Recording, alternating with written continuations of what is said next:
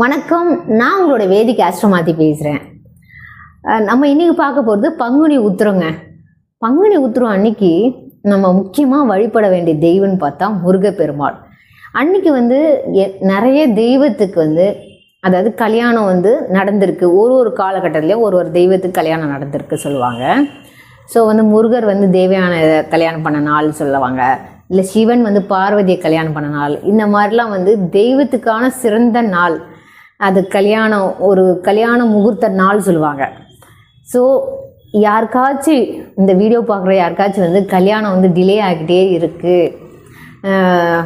பொண்ணு பார்க்குறோம், அங்கே போனால் எதுனா ஒரு பிரச்சனை செட் ஆகலை, இல்லை நிச்சயதார்த்தத்துக்கு கிட்ட வரைக்கும் போயிட்டோம் செட் ஆகலை, அந்த மாதிரிலாம் வருத்தப்படுறவங்க, ஆணாக இருந்தாலும் சரி பெண்ணாக இருந்தாலும் சரி, இந்த பங்குனி உத்திரத்துக்கு விரதம் எடுத்து, விரதம்னா உங்களால் முடிஞ்ச அளவுக்கு விரதம் எடுங்க. ஒரு வேளை சாப்பிடாம இருக்கலாம், இல்லை எங்களால் ஒரு நாள் ஃபுல்லாக சாப்பிடாம இருந்து ப்ரே பண்ண முடியும் அப்படின்னா கண்டிப்பாக பண்ணுவோம். அவங்களோட உடம்புக்கு ஏற்ற மாதிரி அதை பண்ணுங்கள். இந்த பங்குனி உத்திரத்துக்கு என்ன ஃபஸ்ட்டு நீங்கள் கும்பிட போகிறது முருகர் கோயில், முருகரை கும்பிடணும். ஸோ நீங்கள் பழனி கோயிலுக்கு போகலாம், இல்லை தூரமாக போக முடியாது அப்படின்னு சொல்கிறவங்க கிட்ட இருக்க கோயிலுக்கு, முருகர் கோயிலுக்கு போயிட்டு வரலாம். திருச்செந்தூர் கோயிலுக்கு போகலாம். வேல்மாறல் அதை நீங்கள் அந்த புக்ஸ் படிக்கலாம். கந்த சஷ்டி கவசம் இதெல்லாம் படிக்கலாம். ஸோ இதெல்லாம் நீங்கள் தொடர்ந்து பண்ணிக்கிட்டே வாங்க. வாழ்க்கையில் சடனாக ஒரு சேஞ்சஸ் வரும். சட்டுன்னு உங்களுக்கு கல்யாணம் ஆகிடும். அதாவது இவ்வளோ நாள் பார்த்தும் செட் ஆகாதுங்க, கண்டிப்பாக செட் ஆகிடும். அப்படி செட் ஆகிடுச்சுன்னா எனக்கு கமெண்ட்ஸில் சொல்லுங்கள். கண்டிப்பாக உங்களுக்கு நல்ல காலம் பிறந்துருச்சுன்னு நினச்சிக்கோங்க.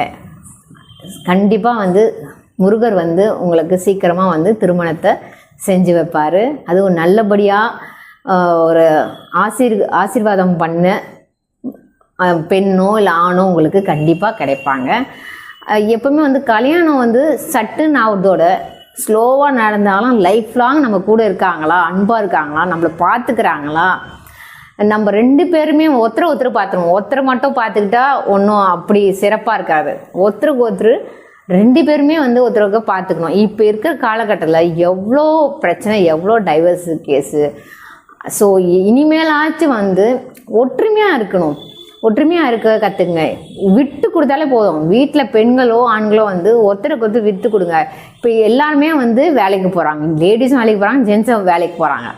அதனால் இருக்கிற வெளியிலவே வேலை செய்யுங்க. ரெண்டு பேரும் வேலை செய்யுங்க. வீட்டுக்கு வந்தால் வீட்டில் ரெண்டு பேருமே ஷேர் பண்ணிங்க. முடிஞ்ச வேலையை ஷேர் பண்ணிக்கோங்க.